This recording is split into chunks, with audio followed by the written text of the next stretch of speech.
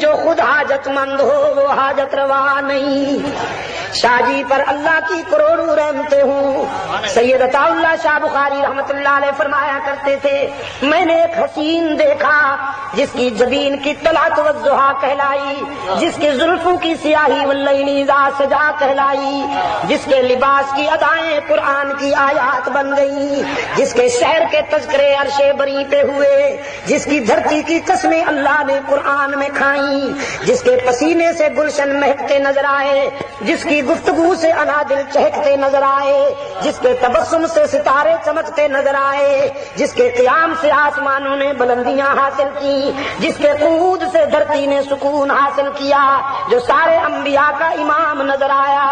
میرے دل نے چاہا کہ اسی حسین سے سب کچھ مانگ لوں، اسی کے در کا سوالی بن جاؤں، اسی کے سامنے دامن پھیلا لوں، لیکن جب میں اس کی سیرت کے حوالے سے اس کے ہاں پہنچا تو میں نے دیکھا ساری کائنات سو رہی ہے اور وہ حسینوں کا حسین، شریفوں کا شریف، جمیلوں میں اجمل، کاملوں میں اکمل، حسینوں میں آسن، شریفوں میں اشرف، میں نے دیکھا وہ حسینوں کا حسین آنسو کی برسات میں کسی اور کے آگے ہاتھ پھیلائے کھڑا ہے، آنکھیں سوجی ہوئی ہیں رو رو کر، پنڈلیوں پہ ورم ہے قیام کر کر کے۔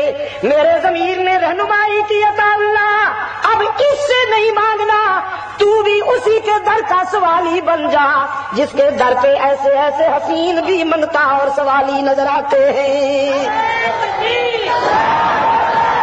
حاجت روا و مشکل کشا کون، بغیر کچھ لیے سب کچھ دینے والا کون، تانا دیے بغیر معاف کر دینے والا کون، خطا کار کے آنسو اپنے دامن رحمت سے پوچھ لینے والا کون۔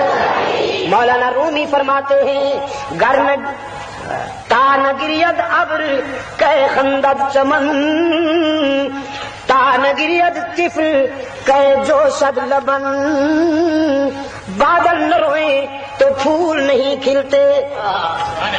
یہ بارش کا ہونا بادلوں کا رونا قرار دیا، وہ شاعرانہ استعارہ ہوتا ہے نا۔ فرمایا بادل جب روتے ہیں تو پھول کھلتے ہیں، جب پنگھوڑے میں بچہ روتا ہے تو اسے دودھ ملتا ہے، اور جب فرش پہ گناہگار روتا ہے تو اللہ کی رحمت عرش سے اس کی دستگیری کو آتی ہے۔ پھر ایک حکایت سنائی کہ تانگریت کودا کے حلوہ فروش، تانگریت کودا کے حلوہ فروش، رحمت حق ہم نمی آیت بجوش۔ وہ حلوہ بیچنے والا لڑکا نہ روتا تو اللہ کی رحمت کیسے جوش میں آتی۔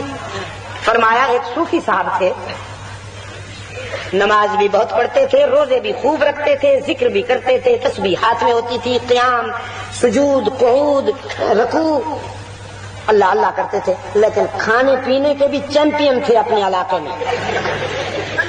کوئی مقابلہ نہیں کر سکتا تھا حضرت صاحب کا کھانے پینے میں، ماشاءاللہ خوب پلے ہوئے۔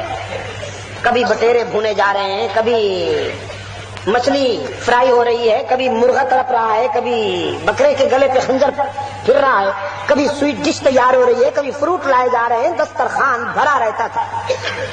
اور جب کوئی پوچھتا کہ حضرت اللہ والے تو اتنے پیٹو نہیں ہوتے، آپ نے تو کھانے پینے میں سارے ریکارڈ توڑ دیے ہیں، تو تعویل کرتے تھے، فرماتے تھے جنت میں بہت سی نعمتیں ملنے والی ہیں، سنا نہیں تم نے؟ ان گنت بے شمار نعمتیں ملنے والی ہیں، اگر ابھی سے ہمیں ان کو ہضم کرنے کی مشق نہ ہوئی تو وہ ہضم کیسے ہوں گی؟ میں تو ریہرسل کر رہا ہوں ابھی سے۔ تعویل کے تو بادشاہ ہوتے ہیں۔ اب اس قدر خوش خوراکی کے لیے جیب تو کفالت کر نہیں سکتی تھی، قرضہ لینا پڑتا تھا حضرت صاحب کو، علاقے والوں کے مقروض رہتے تھے۔ طبیعت خراب ہو گئی، بیمار ہو گئے حضرت، اور سنجیدہ بیمار ہو گئے۔ قرض خواہوں نے سوچا حضرت کی طبیعت بہت خراب ہے، کہیں حضرت کے ساتھ ہمارے قرضے کی رقم بھی مدفون نہ ہو جائے، لحد میں نہ اتر جائے، تو جاؤ ذرا تقاضا کر لو، قرضہ تو مل جانا چاہیے۔ قرض خواہ اکٹھے ہو کر آئے، حضرت نے جو دیکھا قرض خواہ آ رہے ہیں، چادر تان کر سو گئے، سکوت مرگ طاری کر لیا۔ قرض خواہ قریب آئے، انہوں نے سلام کیا، کوئی جواب نہ ملا۔ قریب آ کے اور اونچی آواز سے کہا حضرت السلام علیکم، لیکن نو رسپانس، کوئی جواب نہیں۔